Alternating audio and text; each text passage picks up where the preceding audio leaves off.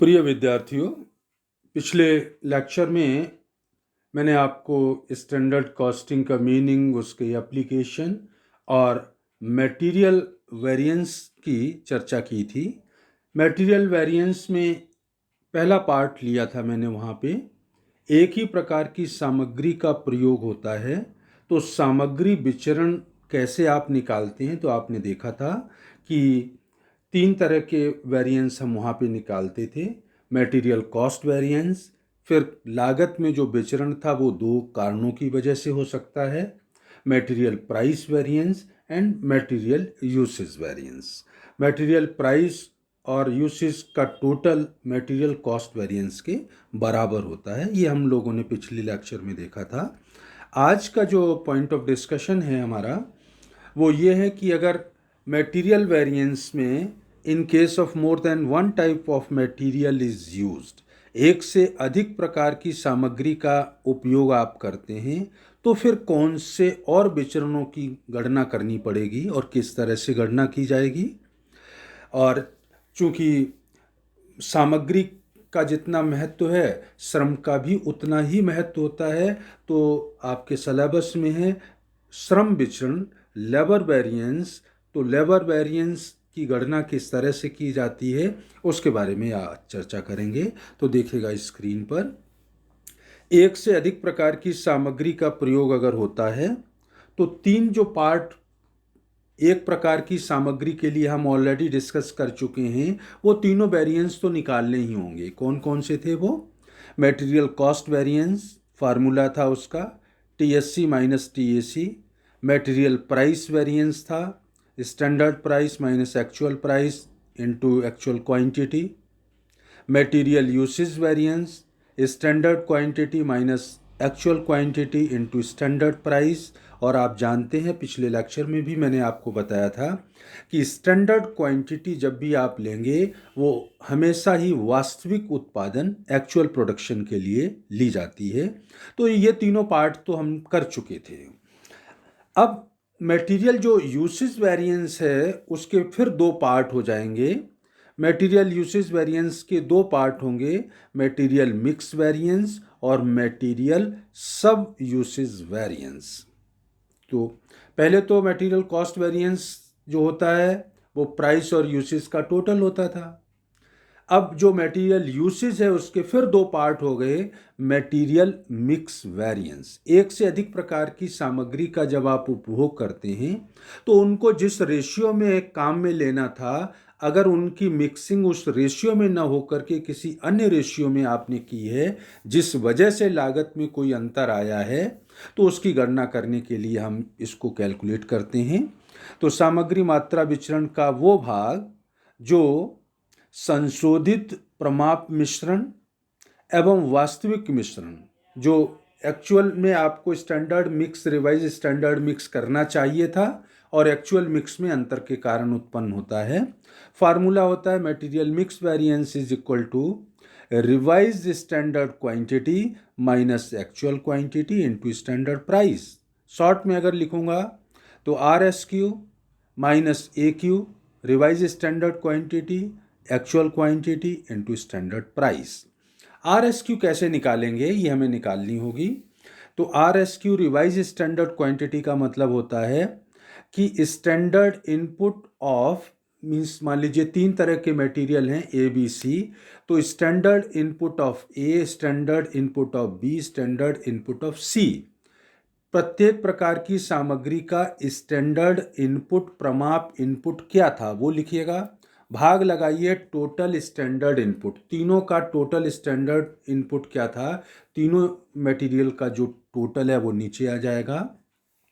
Into कर दूंगा मैं टोटल एक्चुअल इनपुट, जो वास्तव में आपने उपयोग किया है, उसके बेस पर अब प्रत्येक प्रकार की सामग्री का रिवाइज स्टैंडर्ड क्वांटिटी आ जाएगी। अर्थात RSQ का मतलब है प्रमाप मात्रा के अनुपात में वास्तविक निवेश को ज्ञात करना। एक्चुअल में जितना स्टैंडर्ड था उससे आपने कम ज़्यादा मात्रा सारी सामग्रियों की उपयोग में ली हैं, तो जो उपयोग में मात्रा ली गई है, सपोज स्टैंडर्ड था 300 और आपने 330 केजी माल काम में ले लिया, तो अब 330 केजी को प्रमाप रेशियो में बांट देंगे। उस बांटने को ही कहते हैं रिवाइज स्टैंडर्ड क्वांटिटी। एक और निकालना पड़ेगा, मटेरियल सब यूसेज वेरिएंस, सामग्री उपमात्रा विचरण। सामग्री उपमात्रा विचरण का मतलब सामग्री मात्रा विचरण का वो भाग जो प्रमाप मात्रा स्टैंडर्ड क्वांटिटी व रिवाइज स्टैंडर्ड क्वांटिटी में अंतर के कारण उत्पन्न होता है। मटेरियल सब यूसेज वेरिएंस का फार्मूला रहेगा standard quantity minus RSQ revise standard quantity into standard price. Standard quantity यहाँ पे आपको एक्चुअल आउटपुट के लिए निकालनी पड़ेगी। तो standard input of material A suppose, standard output कितना है 20 के लिए, सपोज 20 आउटपुट के लिए 10 केजी चाहिए था, एक्चुअल आउटपुट है 18, तो 10/20 × 18 करके स्टैंडर्ड क्वांटिटी निकाल लेंगे, क्योंकि स्टैंडर्ड क्वांटिटी हमेशा वास्तविक उत्पादन के लिए निकाली जाती है। तो एक तो मैंने कैलकुलेट कर दिया मटेरियल मिक्स वेरिएंस और दूसरा निकाल दिया मटेरियल सब यूसेज वेरिएंस। तीसरा आपको कैलकुलेट करना होता है मटेरियल यील्ड वेरिएंस, सामग्री उत्पादकता विचरण। इसे आउटपुट वेरिएंस या प्रोडक्शन वेरिएंस भी कहते हैं। ये वहाँ उत्पन्न होता है जहाँ सामग्री का कुछ हिस्सा प्रक्रिया में क्षय होता है। जितना आप इनपुट डालेंगे आउटपुट उतना नहीं आएगा, कुछ वेस्टेज होगा, तो उत्पादकता विचरण की गणना वहाँ पे की जाती है। यह सामग्री मात्रा विचरण का वो भाग होता है जो उल्लेखित प्रमाप उत्पादन और वास्तविक उत्पादन में अंतर के कारण उत्पन्न होता है। इनपुट आपने लगाया तो आउटपुट इतना आना चाहिए था, लेकिन आउटपुट स्टैंडर्ड के अकॉर्डिंग ना आकर के उससे कम या ज़्यादा है, तो वहाँ पर मटेरियल प्रोडक्शन वेरिएंस या यील्ड वेरिएंस की गणना करनी पड़ेगी। और मटेरियल यील्ड वेरिएंस का फार्मूला है एक्चुअल यील्ड वास्तविक उत्पादन माइनस स्टैंडर्ड यील्ड प्रमाप उत्पादन इनटू कीजिएगा स्टैंडर्ड कॉस्ट पर यूनिट, प्रति इकाई प्रमाप लागत। एक्चुअल यील्ड क्वेश्चन में दे रखा होगा, स्टैंडर्ड यील्ड आपको निकालना पड़ेगा। और जिस तरह से standard quantity for actual output निकालते हैं, तो यहाँ पर भी standard yield for actual input आपको निकालना पड़ेगा। तो फार्मूला इसका वही रहेगा, स्टैंडर्ड आउटपुट इतना आना चाहिए था, टोटल स्टैंडर्ड इनपुट इतना, इनपुट से इतना आउटपुट आना चाहिए था, लेकिन आपने टोटल एक्चुअल में इनपुट इतना लगाया, तो वास्तविक उत्पादन स्टैंडर्ड यील्ड कितना होना चाहिए वो आप इससे निकाल लेंगे। साथ ही ध्यान रखेंगे कि मटेरियल जो यील्ड वेरिएंस है वो सब यूसेज वेरिएंस के बराबर होता है। मटेरियल यूसेज के दो पार्ट मैंने कर दिए थे, material mix variance and material sub usage variance. Material yield variance और सब यूसेज वेरिएंस इक्वल होते हैं, उनकी वैल्यू बराबर होती है। तो इस तरह से एक प्रकार की सामग्री का उपयोग होगा तो 3 वेरिएंस निकालूंगा, material cost variance, price variance and material usage variance. एक से अधिक प्रकार की सामग्री का अगर उपयोग होता है तो ये 3 तो निकालने ही निकालने हैं, 3 और निकालने की आवश्यकता पड़ेगी, material mix variance, material sub usage variance और material yield variance. Material yield variance सब यूसेज वेरिएंस के बराबर होता है। वेरिफिकेशन अगर आप करना चाहें, ऊपर तो आपने देखा था मटेरियल कॉस्ट वेरिएंस बराबर होता है material price variance plus material usage variance. Material usage variance का वेरिफिकेशन करना चाहें हमारी गणना सही है नहीं है, तो मटेरियल यूसेज वेरिएंस बराबर होता है मटेरियल मिक्स वेरिएंस और मटेरियल सब यूसेज वेरिएंस के, और मटेरियल सब यूसेज वेरिएंस बराबर होता है मटेरियल यील्ड वेरिएंस के।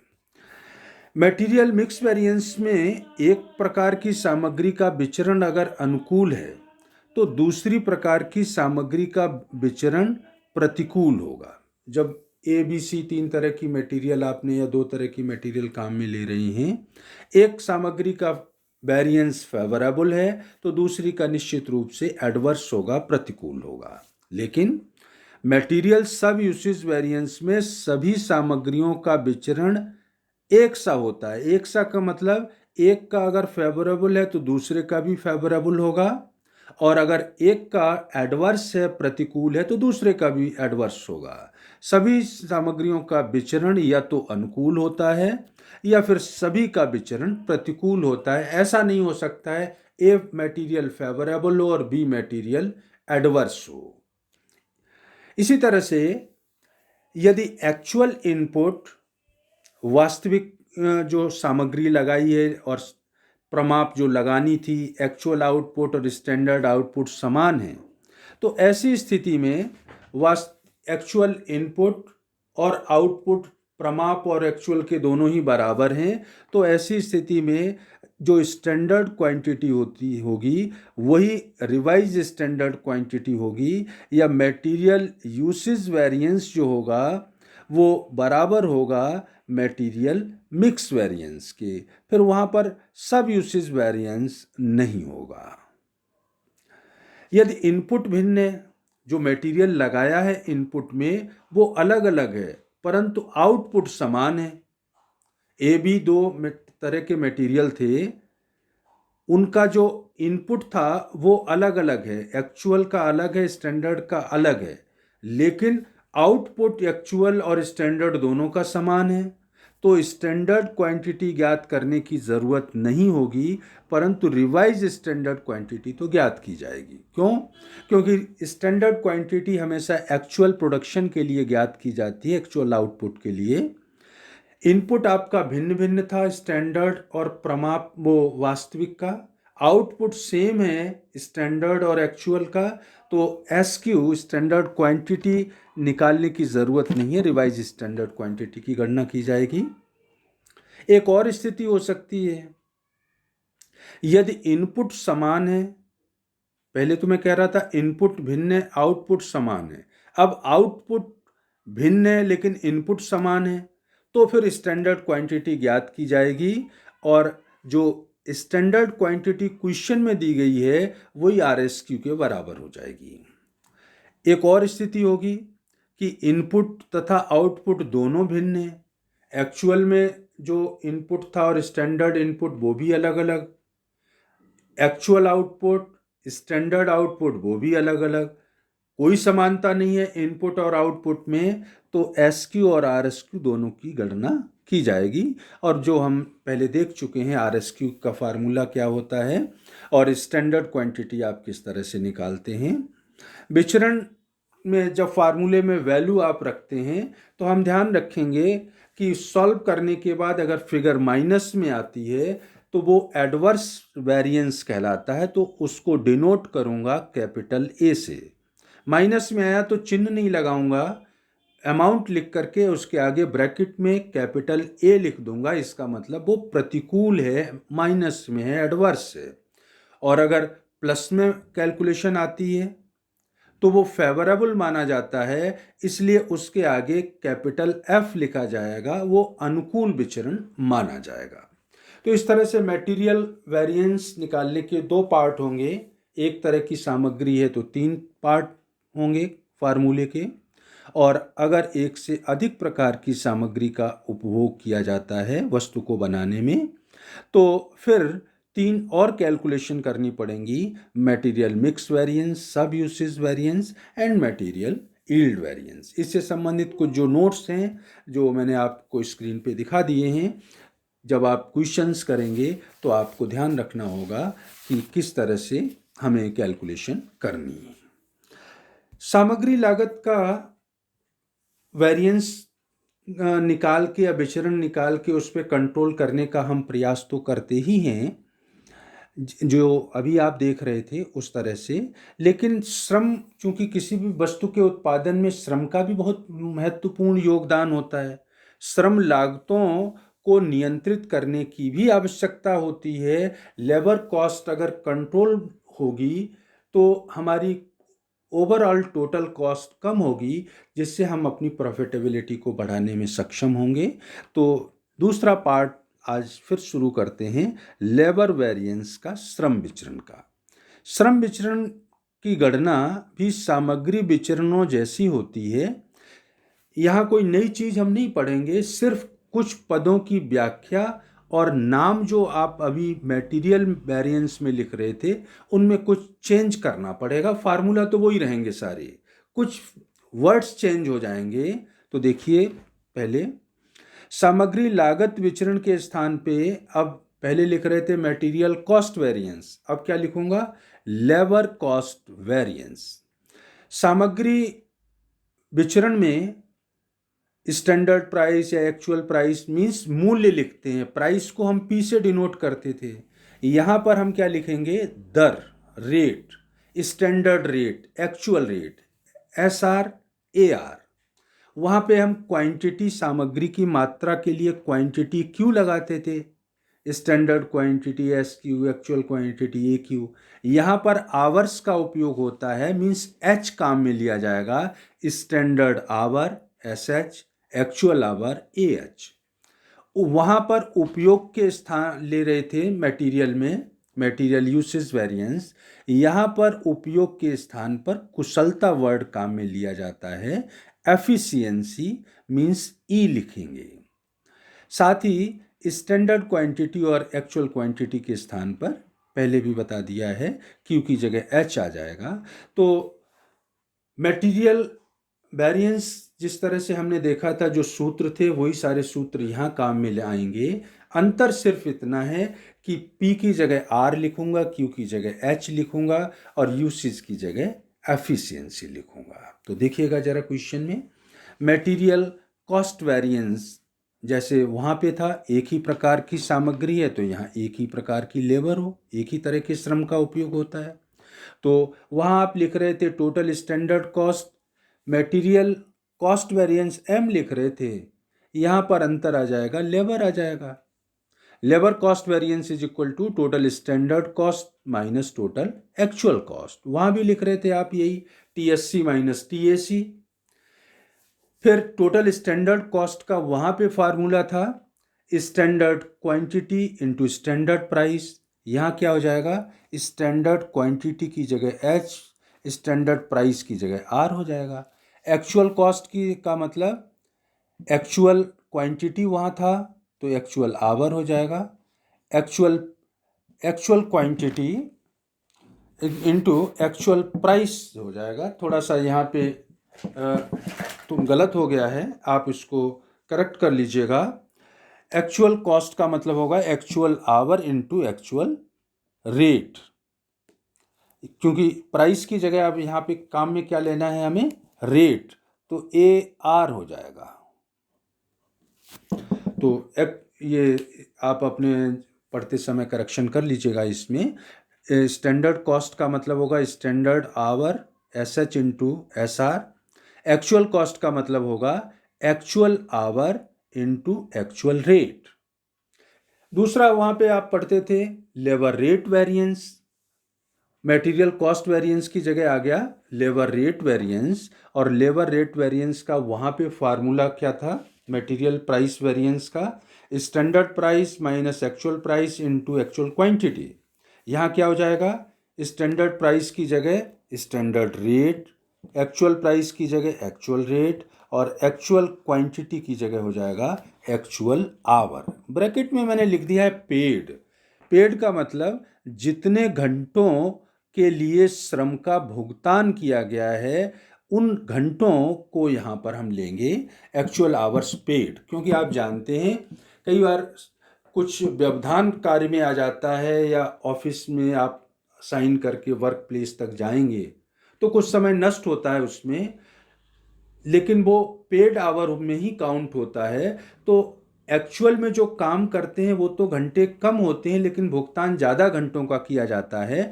तो यहाँ पर हम उन आवर्स को लेंगे जिन आवर्स का आपने भुगतान किया है।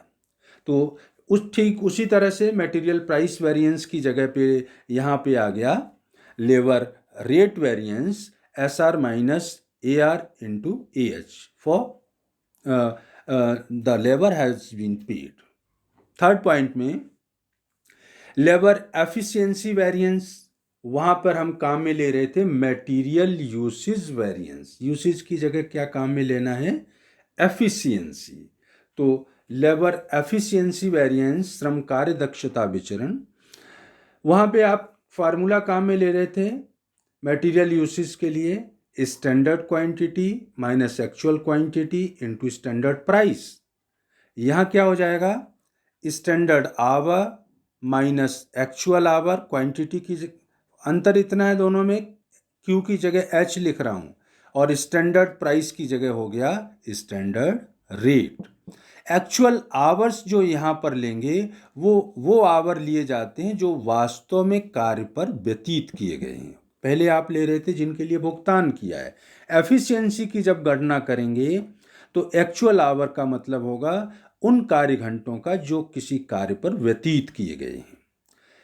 एक और, चूंकि आप अभी देख रहे हैं कि भुगतान ज़्यादा समय के लिए किया जाता है जबकि कार्य कम घंटे में होता है, तो कुछ समय नष्ट होता है, तो वो कहलाता है कार्यहीन समय। तो उसके लिए जो कार्यहीन समय है उसकी लागत कितनी है, उसकी वजह से कितना नुकसान हुआ है, तो लेबर आइडल टाइम वेरिएंस, श्रम कार्यहीन विचरण। लेबर आइडल टाइम वेरिएंस निकालने का फार्मूला रहेगा standard rate into idle hours, कितने घंटे बेकार गए हैं और उसकी प्रमाप दर क्या है। अल्टरनेटिवली हम इस तरह से भी निकाल सकते हैं, actual hours worked minus actual hours paid. जो वास्तविक कार्य घंटे आपने किए हैं और वास्तव में जिनका कार्य किया है और वास्तव में जिनका भुगतान किया है। Idle time, actual idle time निकालने का दूसरा तरीका ये भी हो सकता है एक्चुअल आवर्स पेड, जिनका भुगतान किया और वास्तव में जो आपने काम किया है। सपोज 20 घंटे का भुगतान किया और 18 घंटे काम किया तो 2 घंटे आइडल टाइम है। 2 घंटे का स्टैंडर्ड रेट से मल्टीप्लाई करके लेबर आइडल टाइम वेरिएंस निकाल लेंगे। वेरिफिकेशन करना चाहें तो चूंकि मटेरियल में तो कॉस्ट वेरिएंस के 2 ही पार्ट किए जाते हैं, प्राइस वेरिएंस और usage variance. Labour cost variance में भी 2 ही पार्ट हैं मेनली, लेबर कॉस्ट वेरिएंस के लेबर रेट वेरिएंस और लेबर एफिशिएंसी। दोनों ही को ही गणना करते समय अंतर इतना था कि क्यू की जगह एच लिख दिया और पी की जगह मैंने आर लिख दिया, रेट।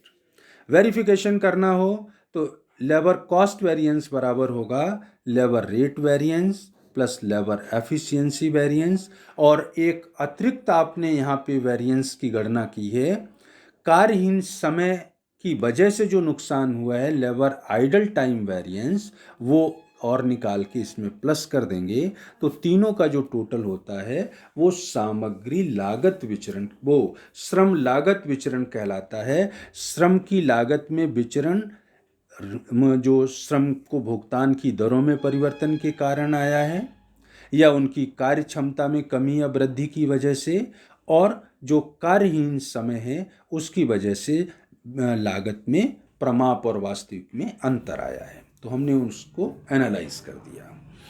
अब अगर एक से अधिक प्रकार की श्रम को आप अपने उत्पादन में काम में लेते हैं, एक से अधिक तरह के श्रमिक हैं, तो जो पहले आप निकाल रहे थे 4 पॉइंट वो तो एज इट इज़ हैं।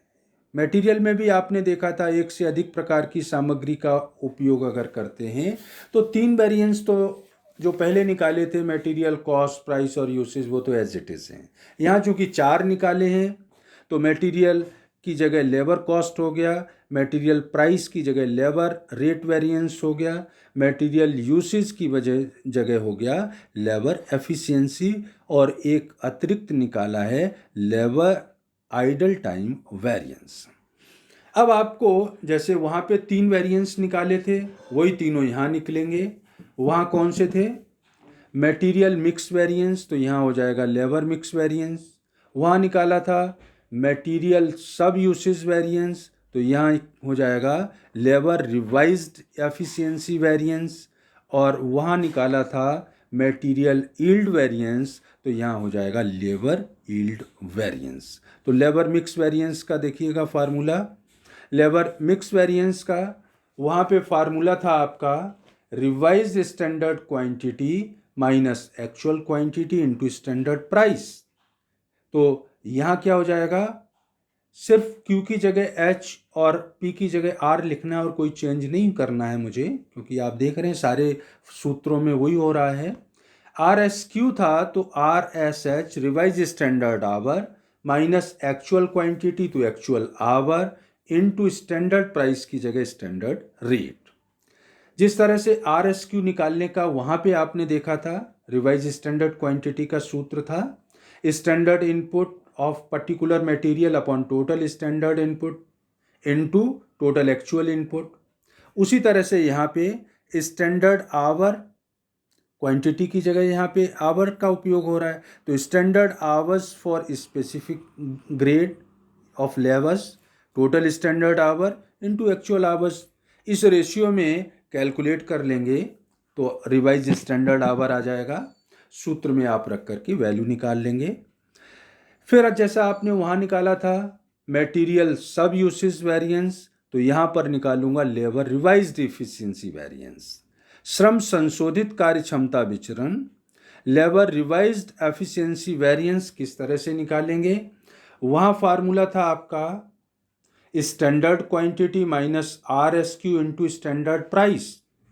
तो यहाँ अब लिखूंगा स्टैंडर्ड क्वांटिटी की जगह स्टैंडर्ड आवर्स माइनस RSQ की जगह रिवाइज स्टैंडर्ड आवर इनटू कर दूंगा स्टैंडर्ड प्राइस की जगह स्टैंडर्ड रेट। तो जो फार्मूला वहाँ था वही सेम यहाँ है, सिर्फ Q की जगह मैंने H लिख दिया और P की जगह R लिख दिया। श्रम उत्पादकता विचरण लेबर यील्ड वेरिएंस, तो वो भी लेबर यील्ड वेरिएंस उसी तरह से निकलेगा actual yield minus standard yield into कीजिएगा standard cost per unit. Same उसी पैटर्न पे है, कोई चेंज नहीं है। या ब्रीफ में लिखेंगे तो AY माइनस SY इस SC standard cost per unit. दोनों ही जगह चाहे मटेरियल का हो चाहे यहाँ हो, मटेरियल यील्ड वेरिएंस और लेबर यील्ड वेरिएंस का फार्मूला सेम होता है। वेरिफिकेशन अगर आप करना चाहें तो जैसा कि मटेरियल में देखा था, मटेरियल यूसेज वेरिएंस के दो पार्ट कर दिए थे, मिक्स और सब यूसेज। उसी तरह से यहाँ पर लेबर एफिशिएंसी के दो पार्ट हो जाएंगे, वो कहलाएंगे मटेरियल लेबर मिक्स वेरिएंस और लेबर रिवाइज्ड एफिशिएंसी वेरिएंस। इन दोनों का टोटल एफिशिएंसी के बराबर होना चाहिए। जैसा कि आपने वहाँ पर देखा था कि मटेरियल सब यूसेज वेरिएंस बराबर होता है मटेरियल यील्ड वेरिएंस के, ठीक उसी तरह से मटेरियल सब यूसेज की जगह यहाँ नाम दे दिया लेबर रिवाइज्ड एफिशिएंसी वेरिएंस, वो बराबर होगा लेबर यील्ड वेरिएंस के। तो आपने देखा कि लेबर वेरिएंस में सारे सूत्र वही हैं जो मटेरियल के हैं, अंतर सिर्फ हमने इतना किया उन सूत्रों में Q की जगह H लिख दिया, P की जगह R लिख दूंगा रेट, यूसेज की जगह एफिशिएंसी काम में लेंगे, बाकी वही सारे सूत्र आप कैलकुलेशन करते समय काम में लेंगे। तो इस तरह से आपके सिलेबस में मटेरियल वेरिएंस और लेबर वेरिएंस दो वेरिएंस थे जिनके बारे में मैंने आपसे थ्योरेटिकल डिस्कशन कर लिया है। नेक्स्ट लेक्चर में इसके न्यूमेरिकल पार्ट पे बात करूंगा। आज के लिए इतना ही। Thank you.